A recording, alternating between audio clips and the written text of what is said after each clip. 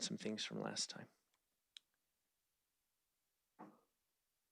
Welcome to Primary Children's Pediatric Grand Rounds. I'm Miguel Canacal, Pediatric Hospitalist and Course Director, and thank you for joining us this morning.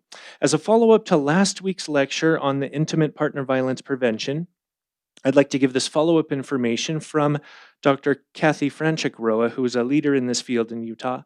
The University of Utah Health has a policy for patient abuse, neglect, and exploitation. It's easy to find if you search on Pulse. The policy and the resident educational sessions for PEDS resident, meds, PEDS, internal medicine, family medicine, does include domestic violence, vulnerable adult abuse, human trafficking, child abuse, neglect, and sexual violence. Now, the electronic health record of University of Utah, which is EPIC, has safety protections in place for areas to prevent information going to a perpetrator wherever they could theoretically access the chart, even if they're a guarantor, including medical record requests. Dr. Franchik-Roa from the U of U and South Main Clinic and Dr. Audrey Jericho, an OBGYN from Intermountain, they work together at the state level in preparing health organizations to identify and safely intervene for patients who are surviving domestic violence.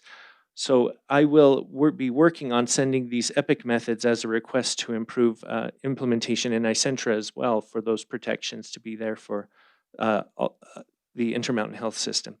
Okay, now for this week's Pediatric Grand Rounds, don't forget you can ask questions in the YouTube live chat. You have to be signed into YouTube, where you also can find the code to claim continuing education credit. Now please claim it whether you need it or not. We will put the instruction slide up at the end as well. Our safety story will be given now by Dr. Andy Pavia, who will introduce our speakers for Febrile Infant. Good morning, and thanks Miguel for the handoff. This morning's safety story is not so much a story of a great catch, but of a safety opportunity that we can do better on. As many people know, we've been seeing a marked increase in infected caregivers with coronavirus infection. And that has led to a lot of exposures of our patients and of their family members, some of which should be preventable. So one of the infected caregivers reported caring for a number of children and remembered that one parent may not have been wearing their mask. So our IP team contacted the mother who had been in with the child, and the mom remembered that she was very diligent about wearing her mask, but one morning when it came in for rounds, she forgot and probably had contact for 15 to 20 minutes without wearing her mask. This was also pretty significant as the infected caregiver was probably at the peak of infectivity and the mom was pregnant. So the outreach by our IP team was able to notify the mom. She is in quarantine and can be tested, but you can see that there are a number of opportunities for improvement here. You know, one, we need to be absolutely diligent about staying home when we have symptoms. Two, we should ask parents and older patients to put their mask on before we enter the room every single time. If it's mask on mask, there's little or no risk. But when one or the other party forgets their mask or eyewear, then we have a difficult situation with exposure. We're going into a huge surge in cases, so I really want that to be front and center in everyone's mind. And with that, I'm going to go ahead and introduce this morning's Grand Round speakers, and it's a real pleasure to introduce these two. For the 6 people in the Intermountain West who don't know Dr. Jeff Schunk, he's a professor of medicine at the University of Utah School of Medicine and an ED physician here at Primary. He received his MD from Oregon University. He did his PEDS residency at the University of Utah and was a chief resident, and he did his fellowship in pediatric emergency medicine in the small town of Los Angeles.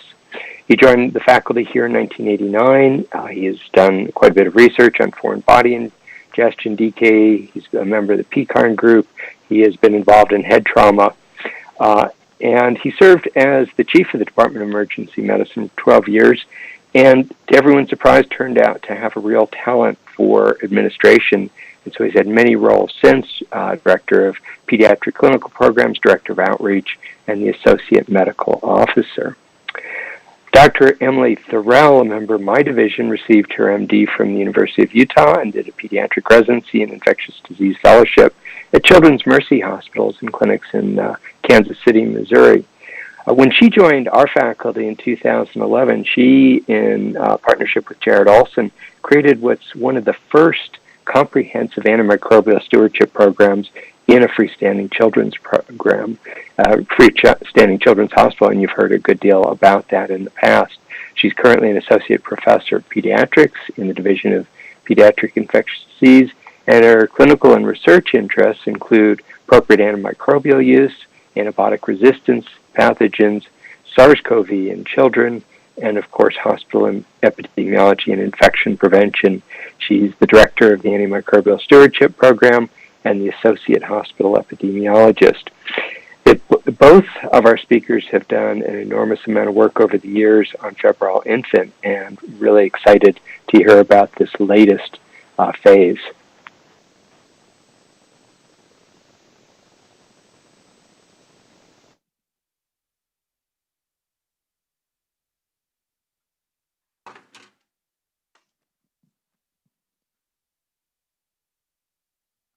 Thank you, Andy, for that introduction, and thank you all for joining Pediatric Grand Rounds. Thank you, Miguel, as well, for hosting. And Emily and I will present an update on febrile infant, the management, what's hot, what's not, particularly in testing and treatment, and we will jump right in. We have no relevant fiscal relationships to disclose. We will not discuss any off-label use or investigational use in our presentation. You can read more about investigational use in your local newspaper. Febrile infants have been at the forefront of interest of ID people and in emergency medicine people for several decades. And when I was a young pup, just starting in the Primary Children's Hospital, Primary Children's Medical Center at the time, in the Avenues, this was our approach. We work them up and we admit them. We knew that we could not tell which ones had a serious bacterial infection or an SBI. For those of you into behavioral economics, into cognitive biases, this is a classic heuristic that makes it very easy to approach the patients, but of course it eliminates a lot of variables and therefore makes it really easy.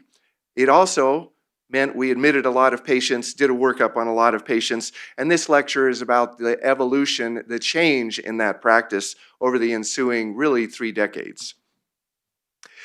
Depending upon where you were raised, you might have been exposed to different criteria that came under the names of the cities in which they were developed. The Philadelphia criteria, the Rochester criteria, the Boston criteria, all dealt with febrile infants and all tried to identify infants that were less likely to have a serious bacterial infection and therefore identify infants that were more likely to have a serious bacterial infection.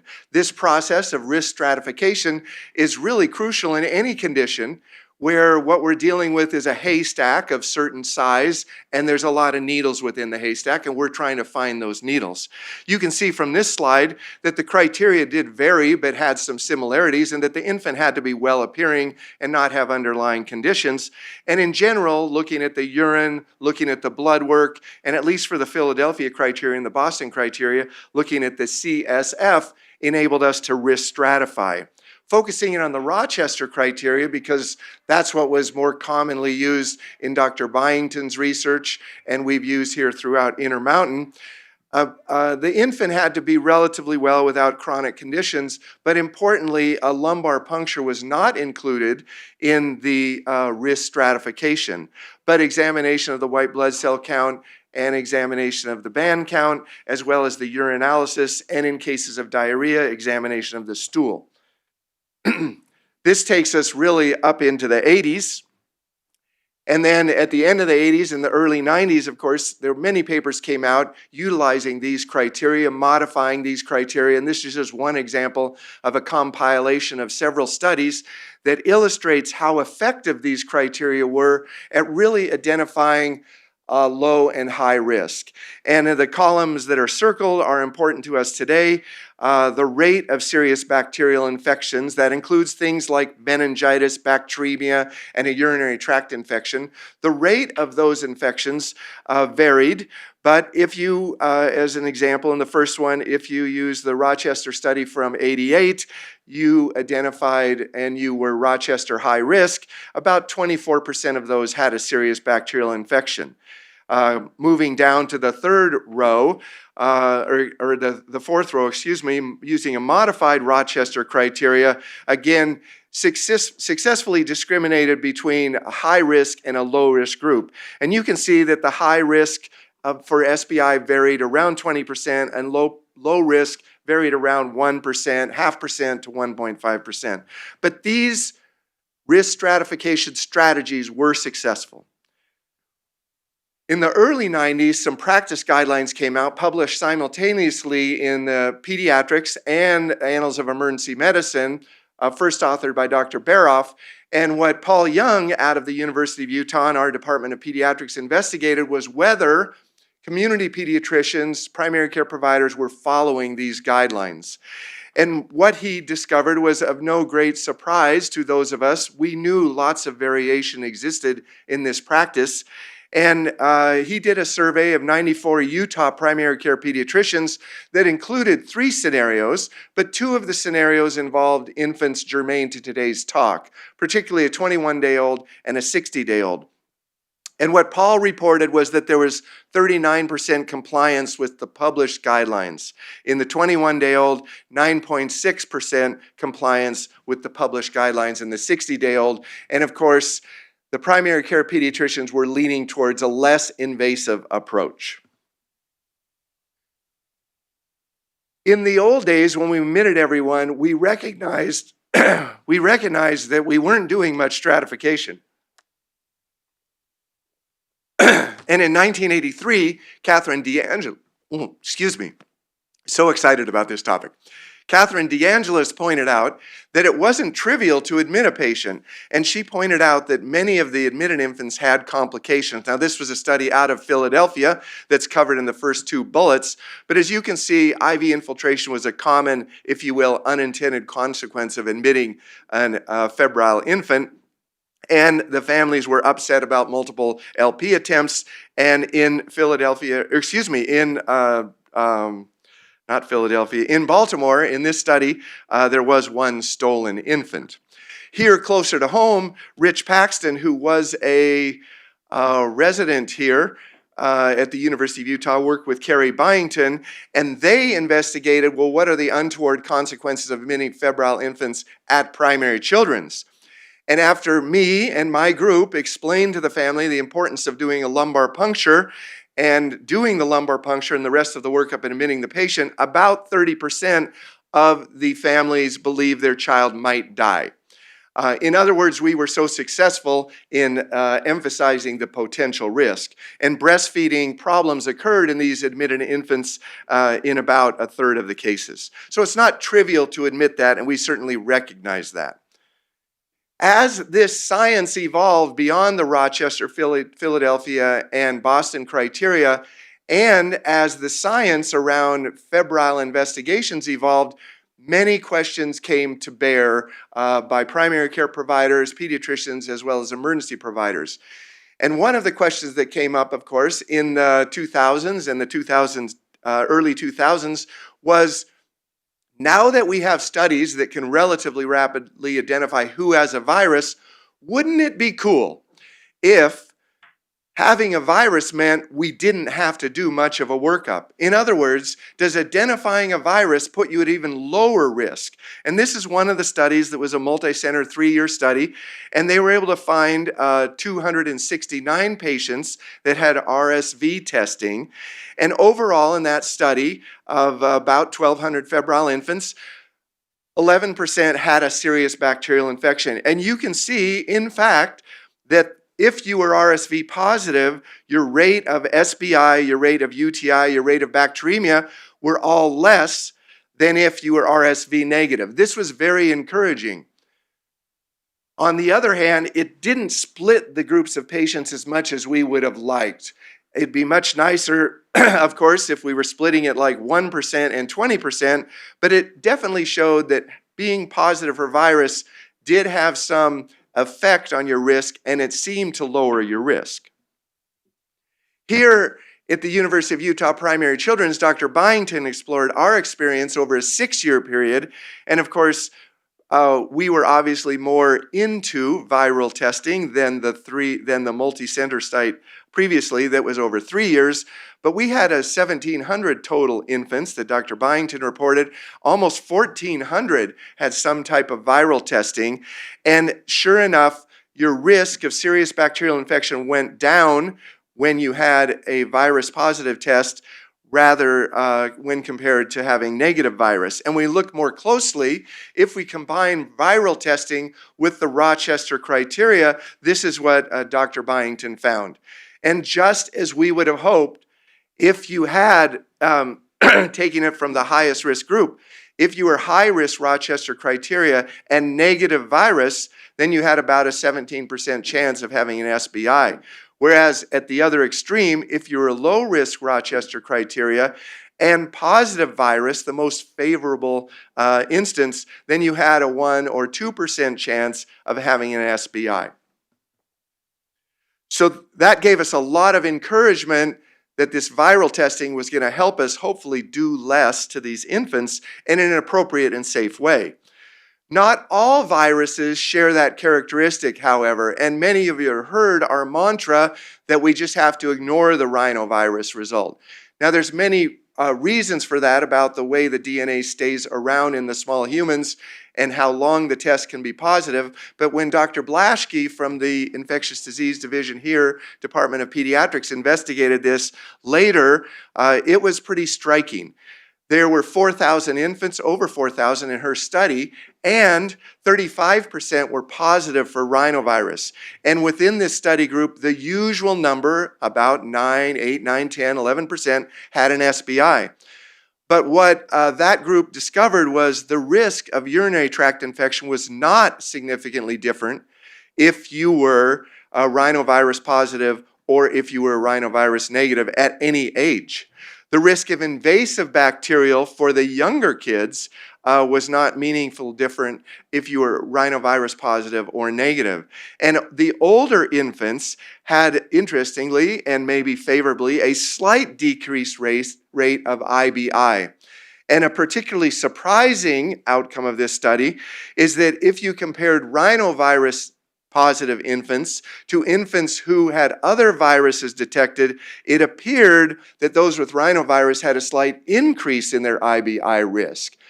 The bottom line is we ignore the rhinovirus result. So all of that work culminated in some efforts, well, excluding the Blaschke study because that was later, but in the mid, let's say 2006, 2007, Dr. Byington and the ID team working at what was named at that time the Pediatric Clinical Program worked to develop an algorithm that would help emergency department providers and those taking care of these children as inpatients manage febrile infants. And you can see at the top are remnants of the Rochester criteria. And in particular, being a younger infant put you in the high-risk group, being less than 28 days. And that meant that you had a larger workup, including an LP, and you went down the left side of this algorithm. But it did allow for, in the far right side, if you had low-grade fever and you were RSV positive, in fact, and you were older, you could skip all of the workup, and those patients were at very low risk for serious bacterial infection. The intermediate group got a partial workup, which was welcomed by providers such as myself and our ED group. It gave us a way to risk stratify and to do less on some of the patients in a safe manner, with the recognition that if we uncovered a positive test, let's say a white count of 20,000, or a positive urine, then we would revert to full testing and add the LP, administer antibiotics and the like. This is the old algorithm, but it did successfully risk stratify, I should say the current algorithm, it did successfully risk stratify these febrile infants using the criteria outlined. But again, much a relief to the families and the clinicians, there was a way to do less. if you were RSV positive. There was also a way to do less if you were older than 28 days. And for many of the patients, this might save them an admission, might save them an LP, might save them a course of antibiotics. Very exciting and embraced by the community. The rollout of this was hugely successful over many years across Intermountain in several ways. First of all, the ED providers across Intermountain got on board and did more CBCs, did more urinalyses, and appropriately worked up the right infants. That was a huge win. Secondly, the appropriate patients increasing were getting lumbar punctures. Huge win as well. But also, the length of stay of the admitted patients went down, in part because the criteria were defined on who could be admitted. We had better criteria on when the cultures were likely to become positive. And at the regional medical centers, which includes the likes of Utah Valley, McCady, and Logan, when those hospitals saw a decrease in the time duration of the patients, febrile infants, that were actually admitted. And the value proposition also improved. The cost per case for these went down across the system. So this was a huge win across the system. But we weren't done investigating this. About this same time as we were getting in the throes of our first iterations of the algorithm, across the nation, there was increased interest in variation of practice. And this is one study that investigated variation of practice as it relates to febrile infants. And I'm going to walk you through this a little bit because it's a fascinating way to look at regional or individual, but in this case, ED-based variation. 37 pediatric emergency departments, 35,000 infants investigated using an administrative database, and they basically said, what's being done to these febrile infants? And as you can see, the comprehensive, that is the complete evaluation, blood, urine, and CSF, was occurring in about 72% of the less than 28 days. But across all EDs, it was striking. And this is like the heat map equivalent for variation in a febrile infant. And the large grouping of columns is the overall population, the less than 28 days, the 29 to 56 day old, and then the 57 to 89 day old. Along the y-axis is essentially then the number that represents an emergency department. Along the x-axis is practices. And I'm going to focus in a little bit on this. On the bottom for each category, it basically says what percent of the patients in that ED had a urine obtained, urinalysis or urine culture. And you can see at the very bottom left-hand corner of this slide, about 60 to 90% of the patients in this study overall had a urine obtained. But if we take that 60 to 90% and divide it into 5 groups, based on their, within this range of 60 to 90%, that is the heat mapping. So the dark black represents the patients that are at the very upper end of that practice. So those would be your 85% compliance with urinalysis, and the white is at the very bottom of, if you will, compliance with that practice. And then the 3 shades of gray are in between for those 5 divisions within every grouping. 3 shades of gray. 3 shades of gray only, black and white. Not enough shades of gray to write a novel or do a movie, but enough shades of gray to emphasize how much variation there is in this practice. So I just want to highlight a few things. First of all, in general, across all EDs, in the youngest kids, the urinalysis was obtained 60 to 97% of the time. But you can see it's not 100%, number one, and you can also see that some EDs were practicing at a relatively low level of urine acquisition. How many of them were admitted on the far right side? Well, we might expect in this day and age that nearly 100% of the infants would have been admitted in the early 2010, 11, 12, and it turns out that 53 to 97% of the patients were admitted, depending upon where you worked. And similar variation was noted as well, and it's striking the admit rate in the oldest group that ranged from 3 to 65%. I present this just to underscore that despite what we sometimes state as dogma, and we're all looking at the same research, That research is interpreted very differently across the country, and individual, and in this case, pediatric emergency department specific practice seems to evolve. Variation persists despite our best efforts. The other question that came up, gee, if I think I clearly have a urinary tract infection in one of these infants, do I really have to do the LP? And there was general unanimity that, well, if it's a younger kid and you've got a UTI, there's a fairly high incidence of bacteremia, we worry about meningitis, do the LP. But what about the older kids? And this came out of the Pediatric Emergency Collaborative, and they looked at given UTI, now not given febrile infant, that's an important distinction here, given UTI, culture proven, and your 29 to 60 day olds, do adverse events happen? Adverse events like death, shock, bacterial meningitis, need for ICU or ventilator support, and they looked at total 1,895 culture-proven UTI cases, 29 to 60 days across many centers. There was an adverse event in 2.8. There was bacteremia in 6.5%. But overall, most of those adverse event patients presented looking sick. That is, they were clinically ill. They were not well-appearing febrile infants, or they had high-risk items in their medical history, like a chronic illness, previous admissions, antibiotic administration, that type of thing, prematurity. So, overall, the authors concluded that patients were at very low risk for adverse events if not clinically ill on emergency department exam and did not have high-risk medical history, giving us the green light to be a little less aggressive when we were pretty darn sure the patient was older than 28 days and had a UTI. What about the UA? Do we have to do it all? Can we get by with a micro? How good is that micro, or can we get by with a dipstick? How good is the dipstick when compared to the micro? And what are the ramifications of doing both versus doing one? Eric Glissmeyer from the emergency medicine group here and the Department of Pediatrics, with help from our ID team, investigated this in 13,000 Intermountain febrile infants, and there was 6,300 that had all tests performed, and in that group, 770 had a UTI. That was the group of interest. Importantly, for the clinician, urine cultures tended to turn positive quite quickly in less than 24 hours. That's very helpful in follow-up. That's helpful if they're in the RTU or being observed somewhere, just knowing that they turn positive fairly early.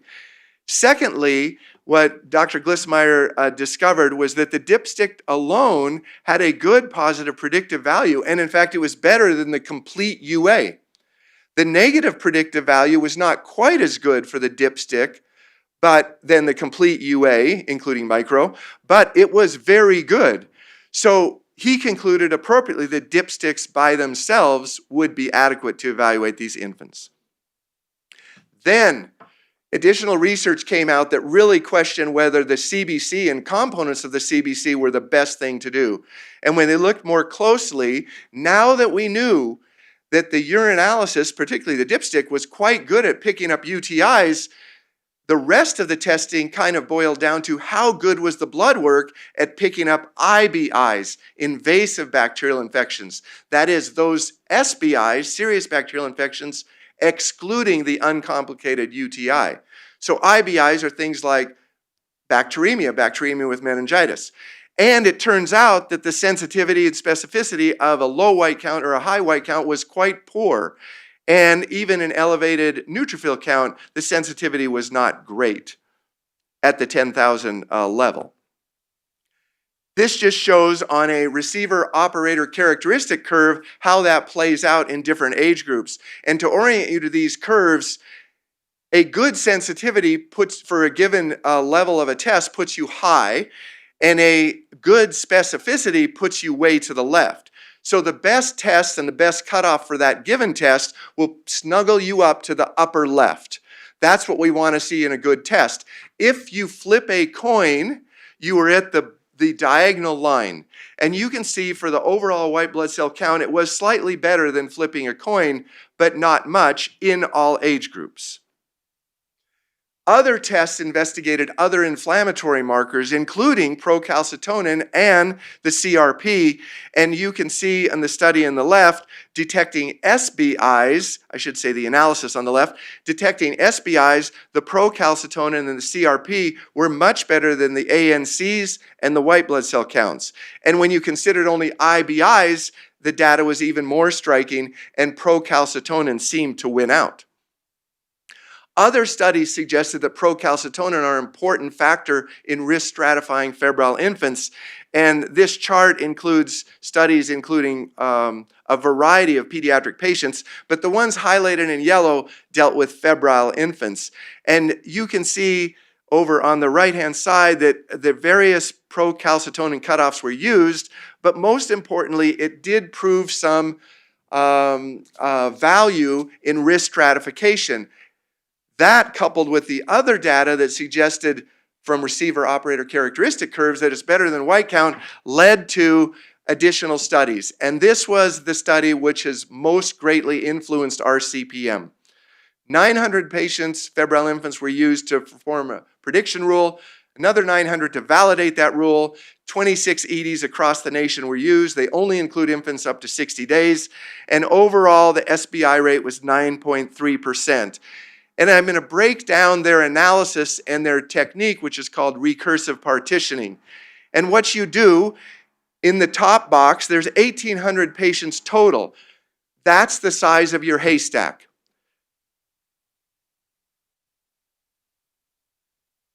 The other things on this chart, in that same box, my screen just went blank. Hopefully you can still see it. In the other part of this box, see? We can still see it. You're good there. That's great. Active video.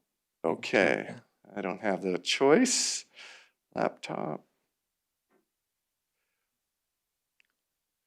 So you can see in that box, the size of the needles in the haystack of 1,800 patients is about 170, and you can see the breakdown. Does the urinalysis pick them all up? Well, no, it does not. But it does pick up a lot of the SBIs, 140 of them. And you can see most of those are UTIs. But there's still 29 more that need to be detected. That's where the ANC comes into play in this analysis. And an ANC greater than 4,090 was used as a good cutoff point. Then you can see we peel off another 20 SBIs along the right-hand side. We're still left with 9 undetected. That's where the procalcitonin plays a role. And so if you have a low ANC, that is less than 4,090, and you have a low procalcitonin, less than 1.7, you're way, way over to the left. Your risk of SBI becomes very low, 3 out of the remaining 1,000 patients. Very good, very reassuring for the clinician. Going down the right-hand side, if you don't happen to have that fortunate ANC, then the researchers discovered if you had a very low procalcitonin level, that is less than 0.18, or excuse me, less than 0.17, then you could peel off or discover the other patients that were not at risk for SBI in that group. In other words, the algorithm points out that using 2 procalcitonin levels and the ANC and the urinalysis can effectively risk stratify essentially all the patients. And that's what we've adapted in the new CPM. The new CPM is divided into 2 sections, 3 to 28-day-old and 28 to 90. There's remnants of the Rochester criteria you can see, and now the workup has changed to a limited workup initially if they have low risk criteria to start with, and that limited workup is the urine and the procalcitonin. If they have high risk historical criteria, which is listed, then the full diagnostic workup is done. And importantly, for these febrile infants less than 28-day-old, they get put into 3 main buckets. But one of the buckets still mandates admission, but gives you an option to have not done an LP, very favorable to the families and clinicians, and even to admit without antibiotics. In the older group, the same strategy applies with the same testing, but more of them will be eligible for the limited testing. And you also have the carryover option of the RSV positive, and further analysis of the Intermountain data suggested influenza positive as well. So the far left side, very favorable to the clinician, favorable to the families. There's an option to do nothing. If you don't necessarily suspect RSV or influenza, and if the patient did not or met all the low-risk criteria, you start with a limited workup and then decide if more extensive workup is needed. And this places patients in 5 separate buckets, several of which give you the option of not admitting the patient, which is a huge win for families, a huge win for the value proposition, and of course, fewer discussions for the clinicians about whether an LP is needed and not adding to the distress of the already stressed family as they meet us when their infant has a fever. And at that point, I will turn things over to Dr. Thorell. Thank you very much.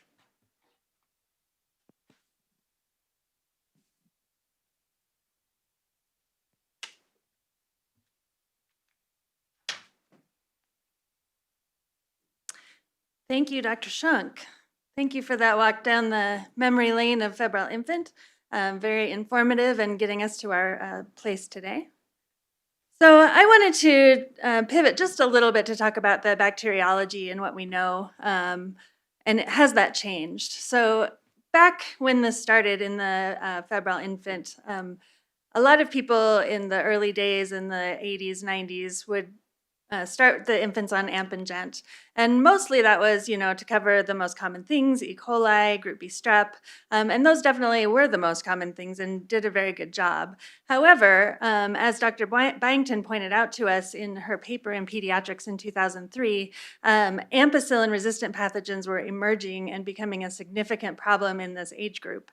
As you can see in Table 2, the types, of serious bacterial infection in UTI was E. coli. In bacteremia, though, ampicillin-resistant gram-negatives were 30%, which was quite high and not covered by the current regimen. As you can see in the bacterial pathogens identified with SBI in Table 3, in the gram-positives and gram-negatives, still a high percentage of them were resistant to ampicillin. And interestingly, I will call out a little bit, which we didn't really pay attention to until recently, the Staph aureus being a part of that list.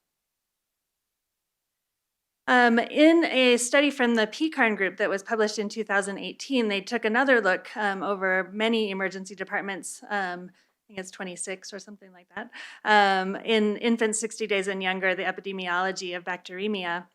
And as you can see, it's very similar. They didn't actually look at the resistance patterns in this study, but it's very similar, E. coli, Group B strep, but interestingly, number 3 on the list is Staph aureus, and a lot of the other gram-negatives.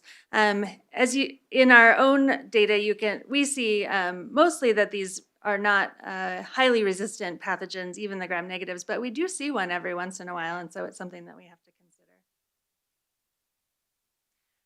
So going back to treatment, Jeff pointed out a few of those things. He didn't go into the treatment much because I'm going to do that.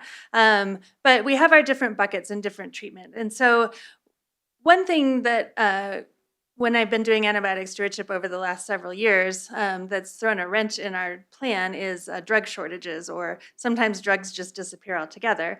Cefotaxime has become unavailable. And as we know, with our ampicillin resistance, a lot of people and a lot of centers, ours included, took the gentamicin off and put cefotaxime on instead.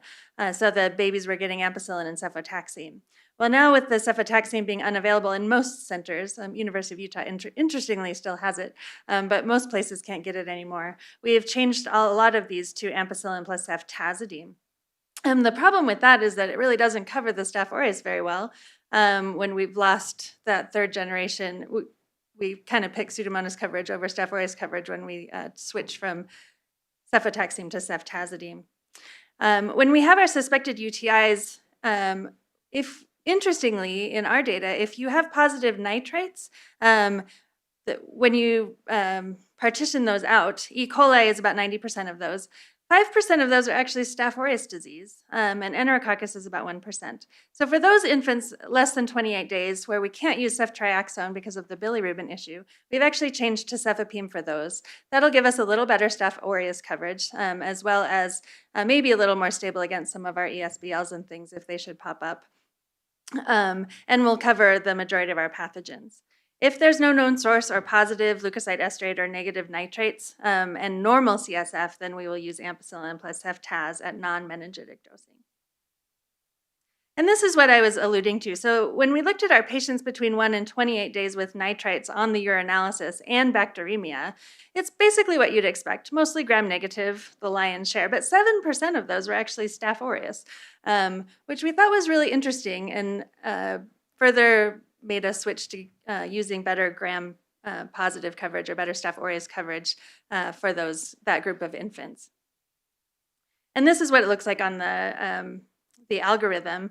What we've talked about, in addition, there's additional circumstances we want you to review. Now, we all remember that this is for the well-appearing febrile infant. This is what this algorithm is for. However, sometimes ill-appearing infants sneak in there, or you're halfway down your workup and the infant becomes ill-appearing. And so we remind you that you need to think about some other things, suspected HSV, staphylococcal infections, or influenza. In the treatment of 29 to 90-day-old infants, if they're only high risk only due to prematurity or systemic antibiotics, and they're low risk in every other category, we will let you give them 1 dose of ceftriaxone and discharge with good follow-up, obviously. That way we have our Staph aureus coverage, we have our gram-negative coverage. And then they can follow up with their either primary care doc or they'll get a call from the ED, certainly if they have a positive culture. High-risk infants without a source or UTI with concerning labs, we will do ceftriaxone again. And then if you have pleocytosis, we up that dose of ceftriaxone to the meningitic coverage of 100 milligrams per kilogram. And then, when you think about meningitis, we do have gram-positive meningitis other than group B strep come into this age group every once in a while. Pneumococcus, especially in the kids that are nearing more than 3 months of age or just before they start receiving their pneumococcal vaccines, may be a player. And so we have said that we should consider the addition of vancomycin if you have CSF white blood cells greater than 100 and your gram stain is positive in a consistent manner with strep pneumo. And this is what that looks like on the algorithm. Again, taking into account the additional circumstances with the addition of other drugs if that is the case. So let's get into the really exciting stuff. We have been piloting this new care process at Primary Children's for just a little over a year. So we wanted to look very closely at a lot of the new elements of these processes, including procalcitonin use, lumbar puncture rates, hospitalization lengths, antibiotic use, if we've had readmissions, and if we missed any of our SBIs. With the help of the Pediatric Infectious Diseases team, who we wouldn't have been able to do this work without, especially Jared Olson, Kent Korjenski, Bill Adams, and so many others, we have some fairly exciting news to share with you. As you can see in our control charts, this is a P chart, and all of these are P charts, about this one about procalcitonin use. As you can see, in the pre-intervention period, we had very low rates of procalcitonin use, expectedly so, about 5% shortly before we started the pilot. We did have a few early adopters, as you can see in those months 5, 6, and 7 of 2019. We started talking about doing this care process model. I think some of the ED physicians were very excited and thought, let's start checking some procalcitonins. But then when we implemented the pilot in August of 2019, you can see that rate shot up quite high, and we had very good adoption of procalcitonin use all the way up to about 89%. When we look at our lumbar punctures, you can see about half of our kids were getting lumbar punctures, and this does not stratify by age group. So most of those were in the younger age groups, but this is all. Lumbar punctures were performed in about half of all those kids. And after the pilot implementation, we have gone down to 34%. So that's also fairly exciting. Length of stay has gone down from a 60% length of stay greater than 24 hours down to 44%. So that's also good news. Receipt of antibiotics, similar to length of stay. We've gone from 60% to about 47%.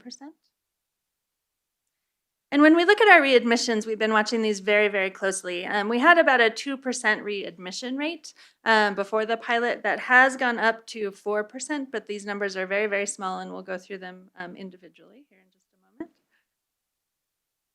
So with our 7-day readmissions, we've reviewed every single one of them. There have only been 13 in a year. We've increased, and they stratified by this. Increased respiratory distress for bronchiolitis. There were 4 of those patients, or 30%.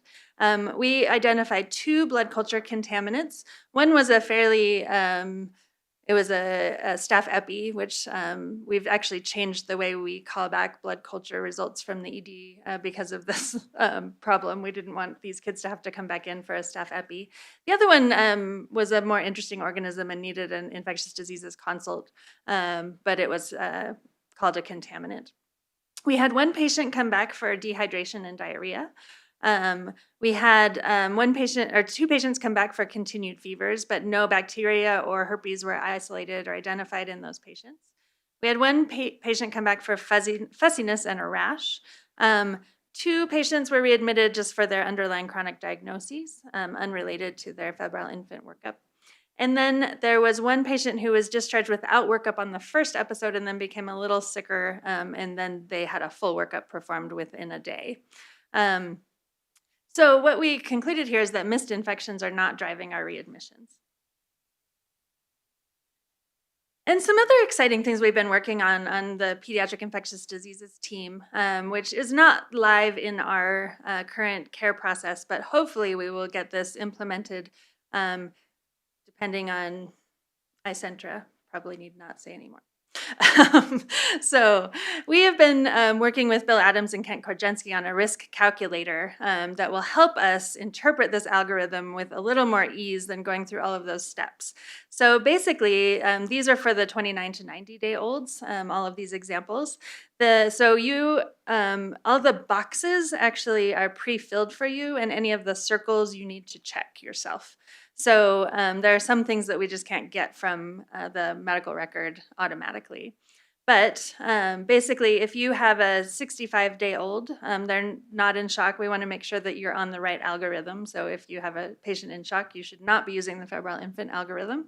If they meet their limited workup criteria, which you can see are listed, if they have a positive RSV or influenza test, you can see that when you plug all of that in, you get a nice risk assessment. So your SBI risk there is 0.7%, and you can discharge to home if your bullet points are taken care of. So if you don't have barriers to care, if your follow-up can be scheduled, and if the patient and family are able to be educated about the risk. So this is a nice, gives you a nice green box, and hopefully we will all see this in the not too distant future. The highlights will provide the recommendations from the CPM, and it looks the same so that you can see if you want to refer back to a paper or electronic copy of the CPM, you know where you are. So if you have results including the procalcitonin and ANC, so those will be automatically populated for you. And this is, you can go back to this risk calculator when you have more results. So at first you may have, a flu or RSV antigen test that's come back quickly, so you know that initially, but then maybe you need to wait for some lab results. So you go back to the risk calculator, which automatically enters your procalcitonin and your ANC. Unfortunately, we can't do the dipstick, so you have to enter that yourself. If that's normal, then you go on as a low risk. Example 3, if you have an ANC that's a little more concerning and a negative UA, then you get the updated risk probability where it'll say IBI probability is high, UTI is probably low because you haven't checked any box, which means you don't have positive nitrites or Luke esterase. And it'll tell you what you need to do. So limited workup plus full workup. So we have that way because there's a box for limited workup, and then if you need to add the full workup, then that adds it underneath. And then it will also refer you back to the algorithm, so you know where you are. If you don't meet your criteria, then you're off of here and you should do your workup. If you have a 65-day-old, and again, no, it tells you your probability of IBI is high and do your full workup. If you have an abnormal UA and concerning labs, and then you went ahead and did your full workup, you got your CSF back, and you have white blood cells that are concerning, it will tell you your probability is high, that you make sure you send CSF for HSV and enterovirus PCRs. You want to add your acyclovir and use antibiotics for meningitis. And then we are discouraging routine use of the CSF film array for febrile infants, which is a whole nother talk, but it reminds you of that. And then you proceed with your high risk update. And, you know, Dr. Schunk and I were trying to avoid this topic actually because we don't really know what we're doing with COVID and febrile infants. But given the nature and given the time, we thought we should address it a little bit, at least what we do know. There's not much, but just last week, maybe the week before, there was an article in Pediatrics that came out, a single center study. It was from an epicenter early in March, April, where they were looking at infants 60 days and younger with fevers greater than 38. They had 13 patients tested for SARS-CoV-2, 7 were positive. So this is the extent of the data that we have for febrile infants right now. But as you can see, most of these infants, a lot of them had chest x-rays, which didn't really have any abnormal findings, so 4 of those. White blood cell counts looked fairly viral, lymphocytic mostly, although ANCs were a little bit elevated in a couple of them.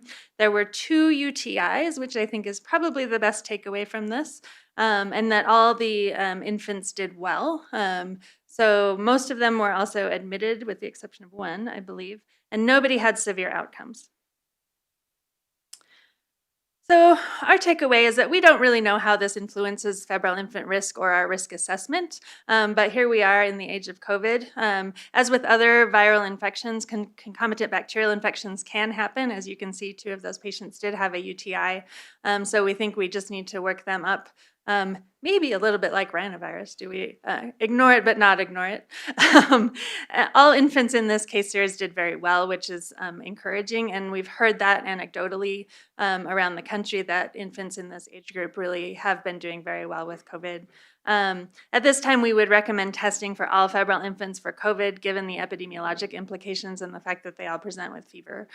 So I think that's where we are at this stage. We may have a further update as more data comes. And that's all we have for today. So what questions do we have, Miguel? Thank you so much.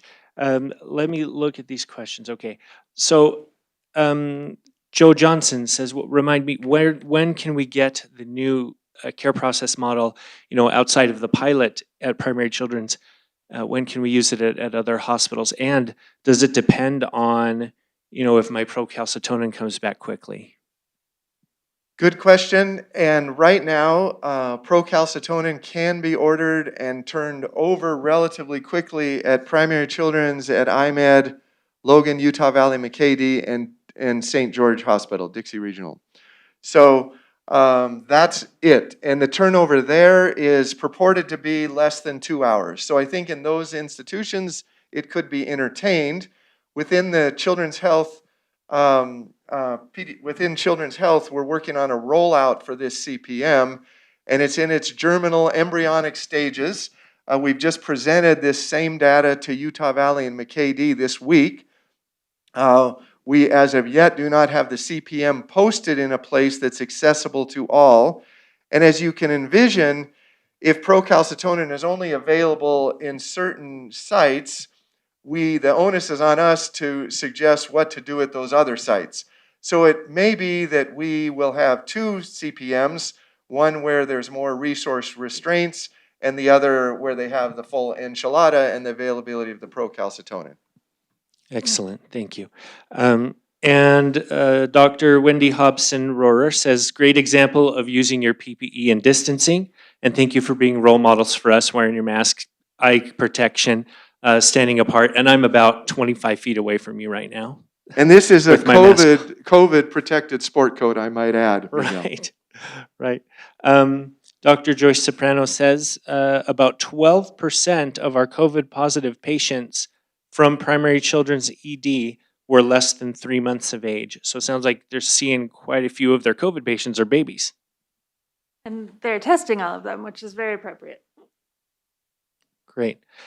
This one, it looks like pediatricians using clinical judgment to vary from published guidelines on well-appearing febrile infants, like a fourth to a third of the time, and ER doctors as well, gave good insight into crafting better, newer guidelines.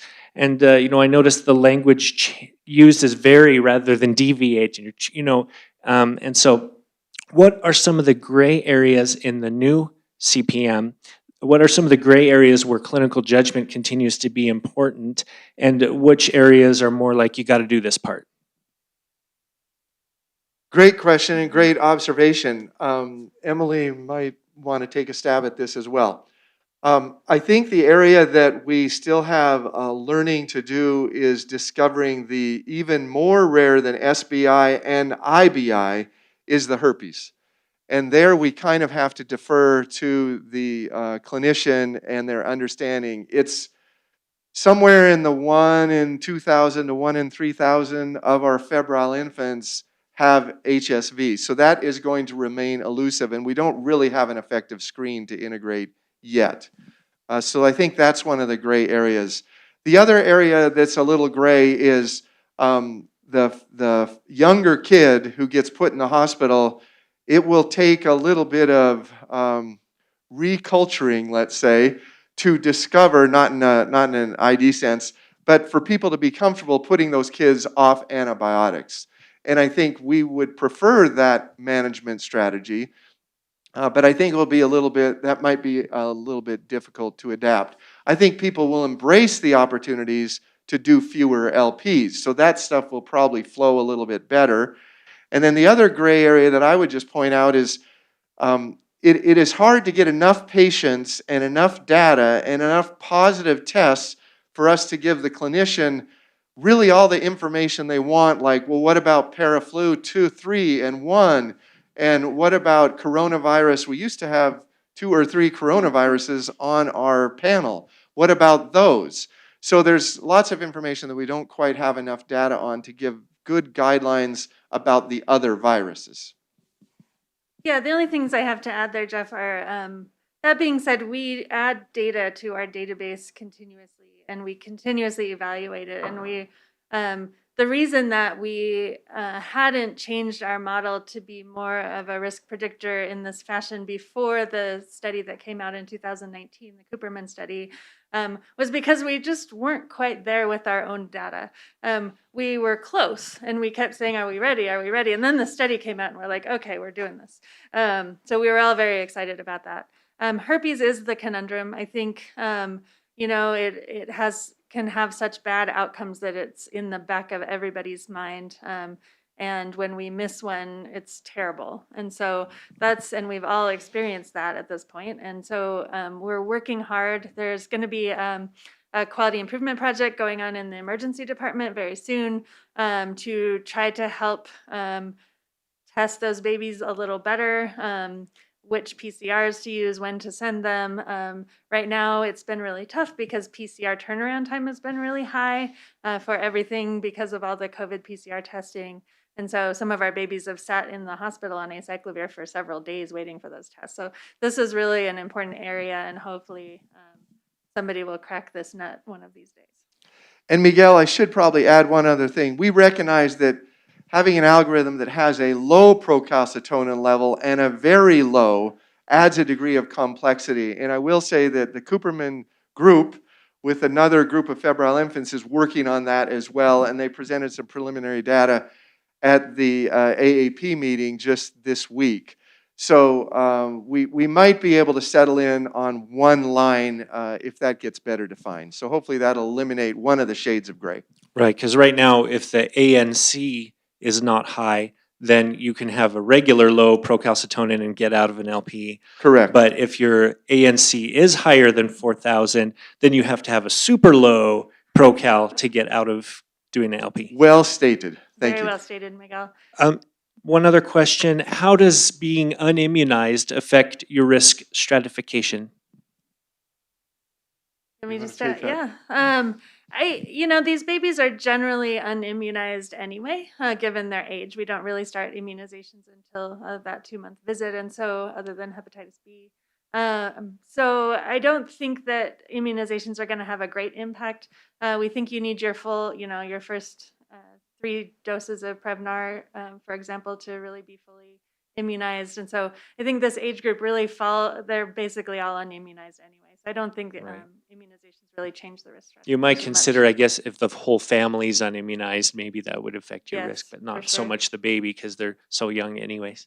We have seen, the random cases of Hib that we get are generally unimmunized populations, um, but not necessarily febrile infants. Right. Great. Well, we're coming to the end of the time. If you still have questions, you can put them in the chat. We'll hang out here for a minute. But I was really excited to see this topic, and thank you for showing us the changes coming our way on febrile infant. The topic has so much certainty and uncertainty, and undertreatment and overtreatment, pitfalls and fears, and technology and tests or refraining from tests. And sometimes I feel like this is a bread and butter topic, but it's like melted butter, and I'm writing the bread on it and sinking. But you've clarified a lot of things for me. I'm glad we are moving towards safely doing less, and thank you so much for teaching us this morning. Thank you, Thanks Miguel. for having us. Right on. Thank you, everybody, for joining us. This will conclude the broadcast. We'll leave this video up all day, probably for the whole week, and then it'll go into the archives. Thanks again.